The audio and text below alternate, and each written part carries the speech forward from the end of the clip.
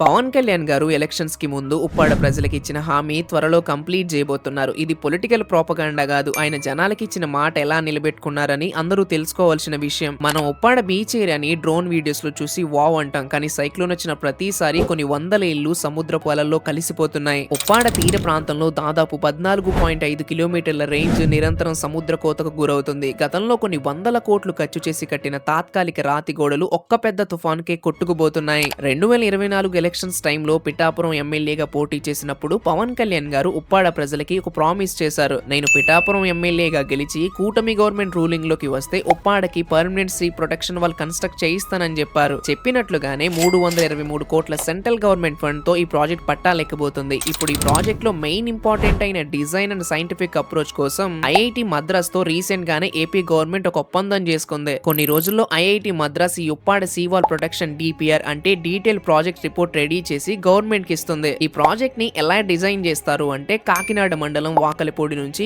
కొత్తపల్లి మండలం అమీనాబాద్ చేపల రేవు వరకు సుమారు 14.5 కిలోమీటర్ల పొడవున ఈ సీ వాల్ కన్స్ట్రక్షన్ చేస్తారు. దీని వల్ల దాదాపు 8 మత్స్యకార గ్రామాలకు కంప్లీట్ గా మంచి జరుగుతుంది. ఎలక్షన్స్ టైంలో ఇచ్చిన హామీని కేవలం పొలిటికల్ స్లోగన్ గా వదిలేకుండా మత్స్యకారుల ఫ్యూచర్ ని కాపాడిన పవన్ కళ్యాణ్ గారి పైన మీ ఒపీనియన్ కామెంట్ చేయండి.